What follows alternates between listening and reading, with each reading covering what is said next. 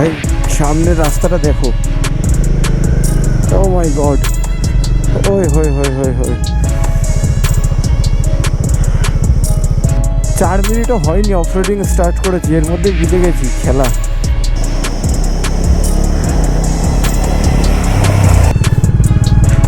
পুরো কাদা,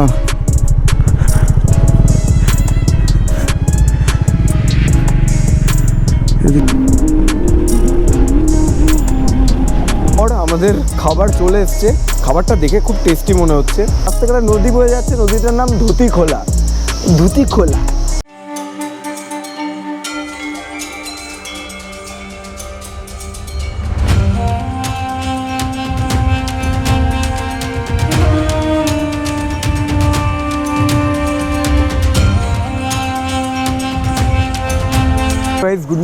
good morning from Pokhara.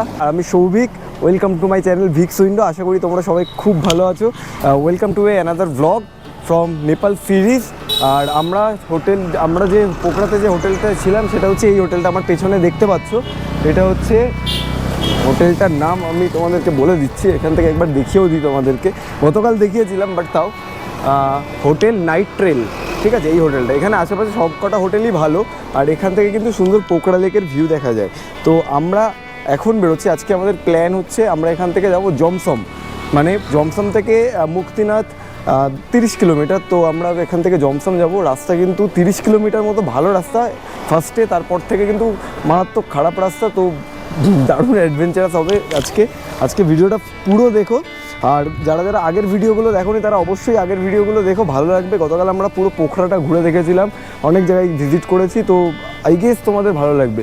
তো আমরা বেরিয়ে ফার্স্টে ফুয়েল রয়েছে বাইকে, আর একটু ফুয়েল ভরিয়ে নেব, কারণ যদি বাই চান্স রাস্তায় দরকার হয়, কারণ ব্ল্যাকে কেনার থেকে এমনি কেনা ভালো। আর রাস্তায় বেরিয়ে যেখানে ফার্স্ট ব্রেক নেব সেখানটায় ব্রেকফাস্ট করে নেব। রাস্তায় বেরিয়ে ফার্স্টে যেখানে দাঁড়াবো সেখানটা কিন্তু ব্রেকফাস্ট করে নেবো। আর আমাদের বাইকে চেন ক্লিন কালকে রাতেই করে নিয়েছিলাম, যাতে সকালে কোনো প্রবলেম হয়। লাগেজ প্যাক করা কমপ্লিট, এখন জাস্ট বেরোবো। তো চলো, গোপ্রো মোডে কথা হচ্ছে। আর এখন সময় হচ্ছে, আমরা উঠেছিলাম কিন্তু ঘুম থেকে 6:30টার দিকে, 6:45টার দিকে, আর এখন সময় 9:14। মোটামুটি আজকে ফার্স্ট আমরা রেডি হয়ে গেছি তাড়াতাড়ি করে। আর চলো এবার তাহলে বেরোনো যাক, দুগ্গা বলে। আমাদের রুম, আমি রুমের ভিডিওটা বানাতে ভুলে গেছিলাম, যার জন্য এখন এসে করছি। আর এটা ওয়াশরুম, গিজারের জল রয়েছে, কোনো অসুবিধা নেই, সাফিসিয়েন্ট শাওয়ার কিট দিয়ে দেয় ওনারা। আর এখান থেকে ব্যালকনি থেকে কিন্তু পুরো পোখরা লেকের ভিউ পাওয়া যায়, ঠিক আছে। আমরা এখন বেরোচ্ছি হোটেল থেকে, আর এখন সময় হচ্ছে 10:40।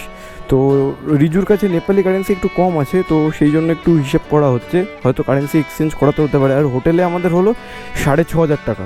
হোটেলে পে করতে গিয়ে অ্যাকচুয়ালি সবাই দেখতে পেলো যে সবার কাছেই কারেন্সি একটু আধটু কম আছে, তো এই আর কি ব্যাপার। চলো এবার আমরা বেরোবো জমসমের উদ্দেশ্যে। জমসম এদিক থেকে যাবে, ঠিক আছে। ডিজনিল্যান্ডের যে রাস্তা এই সাইডে মেন, ওদিক থেকে ঘুরে যেতে হয়, ওই দিক থেকে আমরা বেরোবো। আমরা বেরিয়ে পড়েছি, আর আমরা এসছি কারেন্সি এক্সচেঞ্জ করতে। এইখান থেকে গতকাল কারেন্সি এক্সচেঞ্জ করানো হয়েছিল, বাট আজকে তো দোকানটা বন্ধ দেখছি। ওই দাদা এখানেই বসে আছে, দোকান বন্ধ, বাট ওই দাদা এখানেই বসে আছে, দেখা যাক করিয়ে দেয় কিনা। ভাই কারেন্সি এক্সচেঞ্জ করানো কমপ্লিট, এবার আমরা বেরোচ্ছি জমসমের দিকে। আর এখান থেকে জমসন লাগবে 2 ঘন্টা, সরি এখান থেকে আমি বাগলুং মেরেছি, বাগলুং। তো সামনে গিয়ে একটা পেট্রোল পাম্প থেকে পেট্রোল ভরাবো, তারপরে আমরা এগোবো। আমরা চলে এসেছি পেট্রোল পাম্পে। এখানে 300 টাকা তেল ভরে নিলাম নেপালি কারেন্সিতে, আর তেল হলো হচ্ছে 1.64 লিটার। তো তেল ভরা কমপ্লিট করে আমরা বেরিয়ে পড়লাম জমসমের উদ্দেশ্যে। ওয়ে ভাই, সো গাইজ আমরা লোয়ার মুস্তাংয়ের জন্য বেরিয়ে পড়েছি। মুক্তিনাথ, উই আর কামিং, আমরা মুক্ত হতে যাচ্ছি। মুক্তিনাথে গিয়ে যদি পুজো দেওয়া হয় তাহলে নাকি মোক্ষ পাওয়া যায়, মানে যা পাপ করেছে সেটা মানে ধুয়ে যায় পাপ। তো ব্যাপারটা এরকম। আর এখান থেকে 5 ঘন্টা 49 মিনিট লাগবে জমসম। আমাদেরকে বলে রাখি, পারমিট কিন্তু আমরা নিজেরাই করিয়েছিলাম, কোনো এজেন্সির থ্রু দিয়ে করাইনি।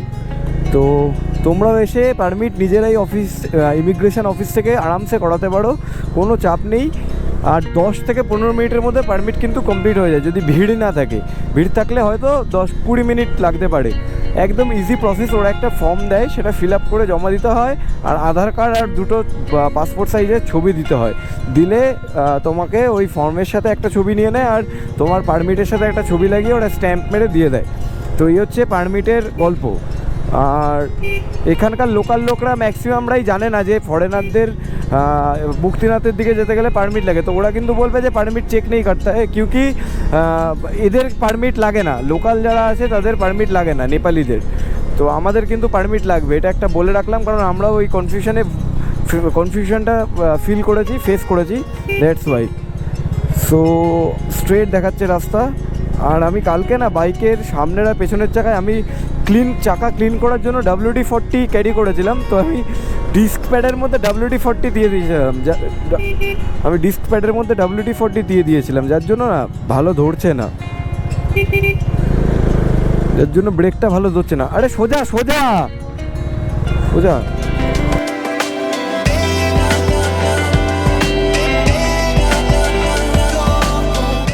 গাইস, জনসন সিটি থেকে একটু একটু করে আমরা বেরিয়ে চলেছি বাইরের দিকে। আর দেখতেই পাচ্ছ এখন একটু খারাপ রাস্তা রয়েছে। আর গতকাল সন্ধ্যাবেলা বৃষ্টি হয়েছিল, তোমাদেরকে দেখিয়েছিলাম, বলেওছিলাম। তো সেই জন্যই কিন্তু দেখো এই বাজে রাস্তাগুলোতে জল কিন্তু শুকায়নি এখনও, আর কাদা হয়ে রয়েছে। তাও একদিক থেকে ভালো, এই রাস্তাগুলো জল না থাকলে, মানে কাদা কাদা হয়ে না থাকলে ধুলো থাকে, মারাত্মক ধুলো। আর ওই ধুলোতে না পুরো চোখে মুখের মধ্যে ঢুকে গিয়ে মানে সেই অসুবিধা হয়ে যায়, কিচকিচ করতে থাকে। তো আর আবার এই কাদা থাকলে আবার স্কিড করে, দুটোরই সমস্যা ভাই। বাপরে, গরুটা মোষটা লরিতে দাঁড়িয়েই টয়লেট করছে রানিং গাড়িতে।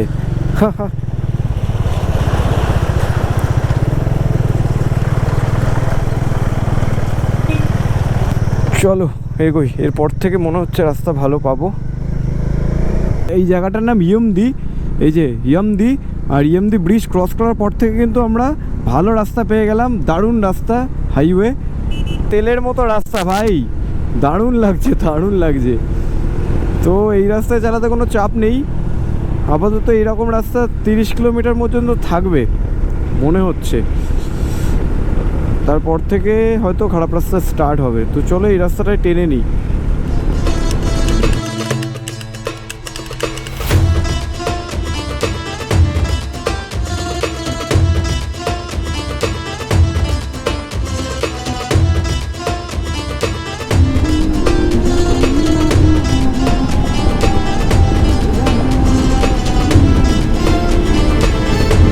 রাস্তাটা কতটা সুন্দর দেখো, ওফ ওফ, অ্যামেজিং অ্যামেজিং। তো আর এখনও কিন্তু ফগি ওয়েদার, বাট ওই দূরে দূরে কিছু কিছু পাহাড়ে সানলাইট পড়েছে, মানে অ্যাকচুয়ালি এই পাহাড়টার ওপাশে সানলাইট রয়েছে, আর মিডিলের এই ভ্যালিটা কিন্তু পুরো একদম ডার্ক। আর ওই পাশে দেখো ওই যে হালকা করে লাইট দেখা যাচ্ছে, খুব সুন্দর লাগছে রাস্তাটা, ওফ। তো আমরা আবার পাহাড়ে উঠে গেছি, আর এটা একটা ছোট্ট ভিলেজ, খুব সুন্দর লাগছে। বেশি দূর আমরা আসিনি এখনও পোকড়া থেকে। তো এটা পোকড়ার মধ্যে না, মোস্ট প্রবাবলি। এই যে গ্রামটার আবার ধন্যবাদ লেখাও ছিল। তো ভালোই লাগছে, সুন্দর। আমরা এগিয়ে চলেছি টুকটুক করে, বেশ পাহাড়ের ওপরে কিন্তু ভালোই ঠান্ডা আছে। অ্যাকচুয়ালি পোকড়াটা অনেক নিচে, এই যে আপ হিলে উঠবে সিম্বল দেওয়া ছিল, তার মানে বেশ উঁচুতে উঠবে। এবার গোপ্রোতে বোঝা যায় না, স্টিফ রাস্তা, গোপ্রোতে একদম বোঝা যায় না। এখন 10:15, আর আমরা ব্রেকফাস্ট করিনি। আমরা একবারে আরেকটু পরে করব, একবারে হেভি মানে লাঞ্চ করে নেব, ব্রেকফাস্ট কাম লাঞ্চ একসাথেই করব। ব্রেকফাস্ট সকালে ওই চা বিস্কুট খেয়েছিলাম, ব্যাস। কারণ আলাদা আলাদা করে যদি ব্রেকফাস্ট লাঞ্চ ডিনার সব করতে যাই তাহলে হবে না, টাইমে অ্যাডজাস্ট হবে না, মানে অ্যাকচুয়ালি রাইডে বেরিয়ে। কালকে যেমন রিল্যাক্সভাবে ছিলাম, সো কালকেও যদিও ব্রেকফাস্টটা স্কিপ হয়ে গেছে, মানে একসাথে হয়ে গেছে লাঞ্চের ব্রেকফাস্ট। পাহাড়ে চাষের এই জায়গাটা আমাদের দেখাতে পারবো, ডান দিকে দেখো হলুদ কালারের ধান হয়ে আছে, ধান না গম হয়ে আছে। গাইস, আমরা অলমোস্ট 45 কিলোমিটার মতো রান করে চলে এসেছি গুমটি কাস্কি না গুমটি জায়গাটা না, এখানে অ্যাকচুয়ালি নামটা হচ্ছে নয়াপুল গুমটি কাস্কি, ঠিক আছে, পরপর কমা দিয়ে লেখা। তো অ্যাকচুয়াল এখান জায়গাটার নাম গুমটি হতে পারে, আমি গুমটি নামটা শুনেছি। আর পাশ থেকে একটা নদী বয়ে যাচ্ছে, নদীটার নাম ধুতিখোলা।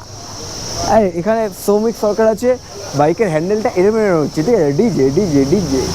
এই ভালো তো, একটু মোমো টোমো খাবো, চাউমিন খাবো, ভেবেছিলাম থালি খেয়ে একবারে আর খাবো না, লাঞ্চ করবো না, তো সেটা হবে না। দেখা যাক, এটা খেয়ে যদি পেটটা ভালো ডাম হয়ে যায় তাহলে আর ব্যাস, একটা ঢ্যাপসা পেট নিয়ে আবার বেরিয়ে পড়বো, আবার করবে, ঠিক আছে। তো এই যে এই পাশে নদীটা যাচ্ছে ধুতিগোলা, আর বেস্ট পার্ট এখানকার দাদা কিন্তু বাঙালি, বাট মানে নেপালি, কিন্তু কলকাতায় জন্ম হয়েছিল, সেটাই বললো। তো ব্যাপারটা বেশ ইন্টারেস্টিং। এই হঠাৎ করে আমার কাছে এসছে, এসে বাংলায় কথা বলছে, আমি বুঝতে পারিনি। তারপরে হঠাৎ করে, এই আপনি বাঙালি? হ্যাঁ।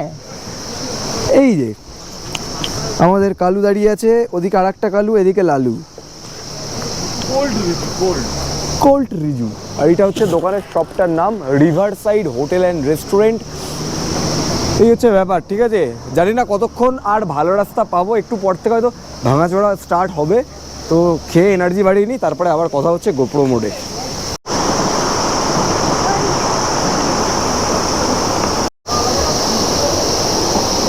নেপালি থালিতে ফিশ থালি অর্ডার করেছি। তো এটা, এই মাছটার নাম হচ্ছে আস্তা।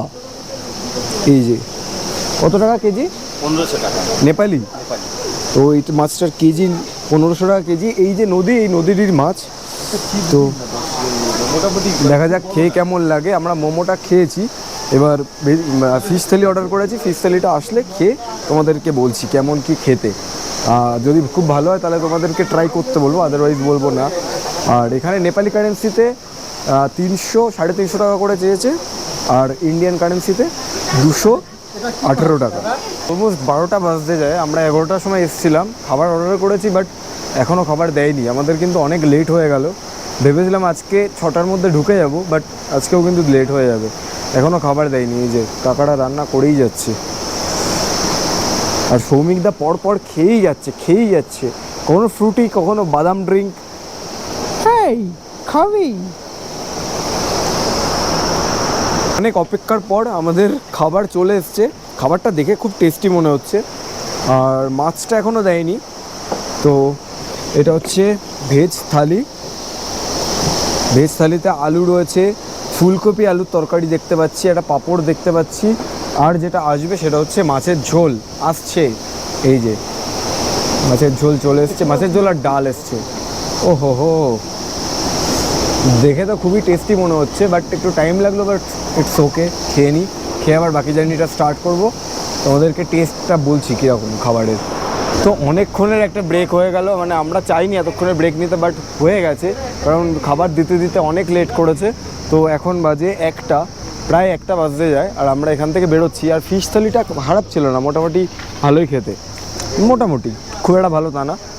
আর এখান থেকে এই যে আমার বাইক এখানে রাখা, এবার জাস্ট বাইকে উঠে বেরোবো। চলো, আমরা বেরিয়ে পড়েছি জমসনের উদ্দেশ্যে। এখন বাজে, বাপরে ভালোই নড়ছে এটা, 12টা 48, 58, সরি। নেপালের জানি না গ্রিনারি অলওয়েজ এরকমই থাকে কিনা, বাট এখন কিন্তু মারাত্মক গ্রিন। বর্ষাকাল বলে নাকি আমি জানি না, বাট খুব সুন্দর, চারিদিকে পুরো সবুজ। একটু আগে একটা ভ্যালি দেখলাম, পুরো গ্রিন, আর শাকসবজি চাষ হচ্ছে, মানে অসাধারণ লাগছিল। আর এখান থেকে 11 কিলোমিটার বগলুং, এখান থেকে আর 11 কিলোমিটার। তারপর থেকে কিন্তু অফরোডিং পাবো। তো দেখো, দেখতেই পাচ্ছ এখন কিন্তু একদম একটা প্লেন রাস্তায় চলে এসেছি। দেখো ভিউ, দেখো সামনে গ্রিন পুরো, আহা। আমার লেফটে দেখো সেতী গন্ধকি রিভার, দারুণ লাগছে, দারুণ। ওই রিভারটার নাম সেতী গন্ধকি রিভার। ওই ওপরটায় দেখো লেখা রয়েছে ওয়েলকাম টু বাগলুং। ওই যে লেফটে, আমার লেফটে ওই ওপরটাতে লেখা রয়েছে ওয়েলকাম টু বাগলুং। পুরো গ্রিন পাহাড়টা, পুরো গ্রিন।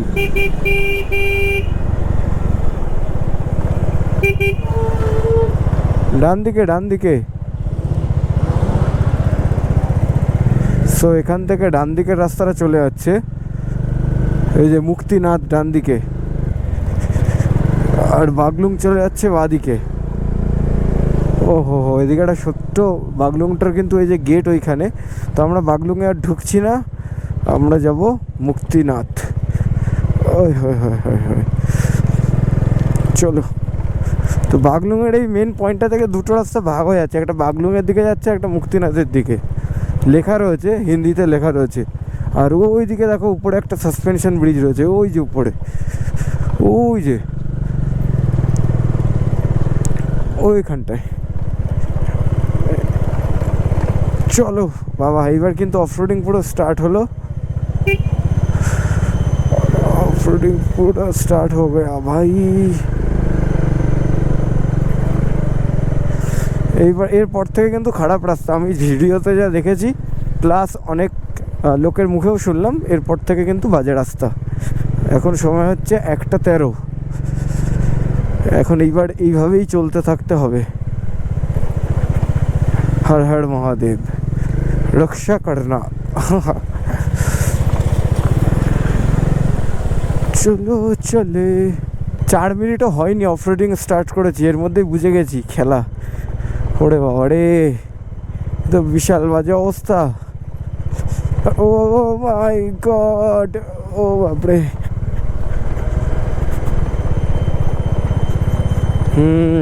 খুব চাপের ব্যাপার ভাই। আচ্ছা, এই রিভারটা কালীগণ্ডকী রিভার নাকি কালীগণ্ডকী? আচ্ছা, এই রিভারটা কালীগণ্ডকী রিভার নাকি সেতী গণ্ডকী, এই দুটোর মধ্যে একটু কনফিউশন রয়েছে। জমসমের দিকে গেলে কালীগণ্ডকী, মানে জমসমের দিকে এগিয়ে গেলে ওইখানটায় ম্যাপে দেখছিলাম কালীগণ্ডকী, আর এই পাশে দেখছিলাম সেতী গণ্ডকী, তো একটু কনফিউজড আমি। আমাদের সামনে একটা ট্র্যাক্টর যাচ্ছিল কত স্পিডে, তো তারপরে একটু স্লো হয়ে গেল, আমরা আবার ক্রস করে এগিয়ে আসলাম। বাট এই রাস্তা তো বাপরে বাপ ভাই, চাপ আছে।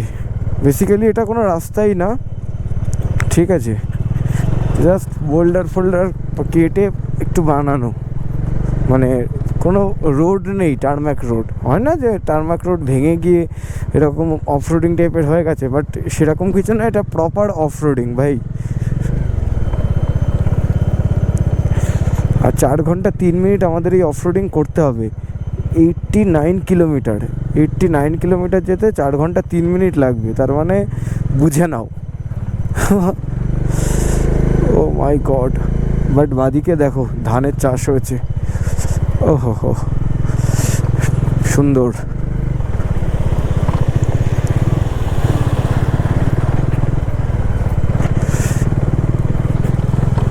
ক্লাচ চাপতে চাপতে ভাই হাত ব্যথা হয়ে গেছে সিরিয়াসলি।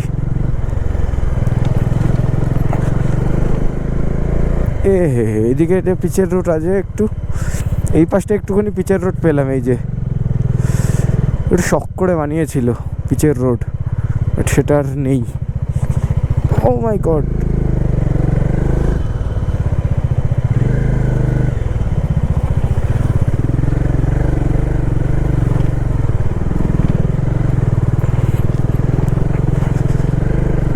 Let's go. ও ভাই, এখান থেকে ভিউটা চরম লাগছে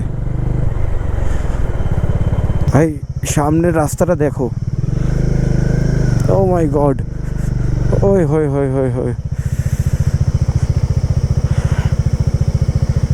ওই হয় হয় হয়, কতটা জল দেখো। ওই হয় হয়, ও ভাই সাপ, দাঁড়ো ওদের ভিডিও করবো।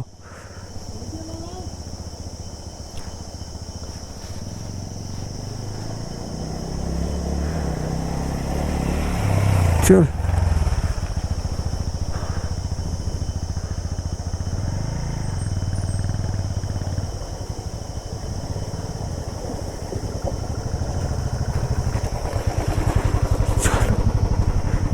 কিছুটা এগিয়ে আসার পরে এরকম সিমেন্টের রাস্তা পেলাম। রাস্তাটা দেখে বেশ ভালো লাগছে, মানে সিমেন্ট দিয়ে রাস্তা করেছে, বাপরে তস্য অফরোডিং, মানে বিভৎস অফরোডিং, বিভৎস। এখনই এই, তাহলে এরপরে আরও কি হবে ডোন্ট নো।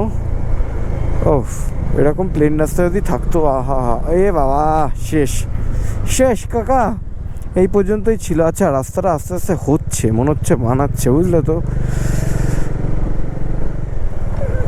এনিওয়ে, রাস্তা হয়ে গেলে এরা এখানে যাওয়া কোনো চাপের কিছুই না। আর এদিকে ভ্যালিটা দেখো ভাই, পুরো গ্রিন, একটু হালকা কাশ্মীর কাশ্মীর কাশ্মীর লাইট। ওই ওই ওই ওই, এই একটা ওয়াটারফলস, আননোন ওয়াটারফলস, খুচরো ওয়াটারফলস। আর দেখো সামনে রাস্তা, বুঝতে পারছো? বোঝা যাবে না, ধরতে পারবেন না কখন রাস্তা অফরোডিংয়ে মিশে যাবে। এই আবার একটুখানি ভালো রাস্তা পেলাম, আবার চালাবো, তারপরে আবার নামবো, এই চলবে আজকে কাকা। এই ভালো তো, যদি এই ভাঙা চোরা রাস্তা ভালো লেগে থাকে তাহলে একটা লাইক ঠোকো। Let's go guys. ওরে বাবা, সামনে কত জল, হরি ওম, ইতনা পানি। এ ভাই এ ভাই এ ভাই, না না না, আমি ভাবলাম মনে হয় অনেকটা নিচে জল হবে, না জল নেই।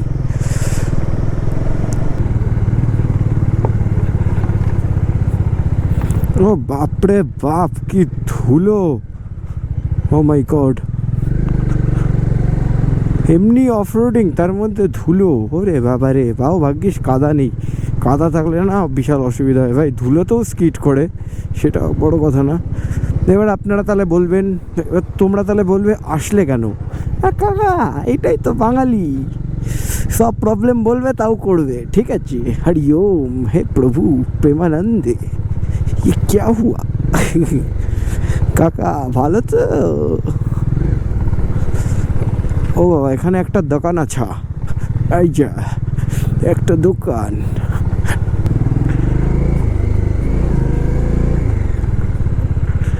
ও মাই গড, এবার ওরে ভাই, এ তো চূড়ান্ত।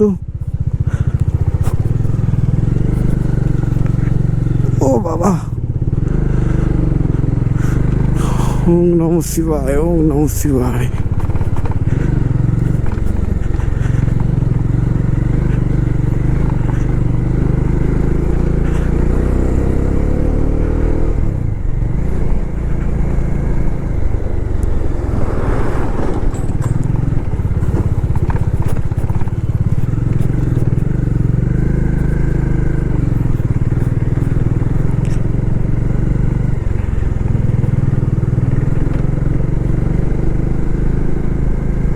এই উপরে দেখো আর একটা সাসপেনশন ব্রিজ, ছোট্ট, হেভি লাগছে। আমরা যে মেন যে সবচেয়ে বড় সাসপেনশন ব্রিজ সেটা দেখতে পাইনি। এই একটা সাসপেনশন ব্রিজ, রাস্তার কন্ডিশন দেখো, ও বাপ রে বাপ। সো এদিকের রাস্তাটা, এই এদিকে নদীটা সেতিগণ্ডকী নদী না কালীগণ্ডকী নদী, এটা একটা এখনও কনফিউশন। আর দাঁড়াও দাঁড়াও, সো গাইস অবস্থাটা দেখো ভাই, পুরো কাদা।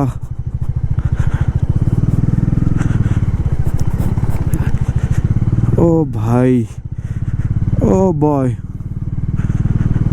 ওরে মাই গড, এ তো পুরো কাদা।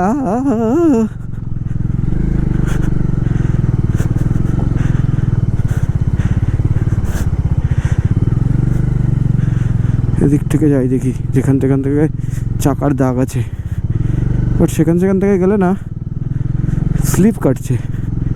এইটা দিয়ে যাই, এর উপরে পাথর আছে। ও মাই গড, সামনে তো আরো ভয়ঙ্কর রাস্তা। ও ও বাপরে বাপ।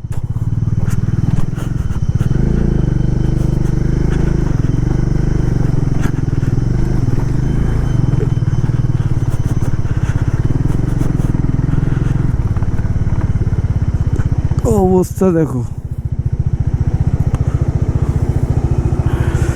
ও হো হো হো।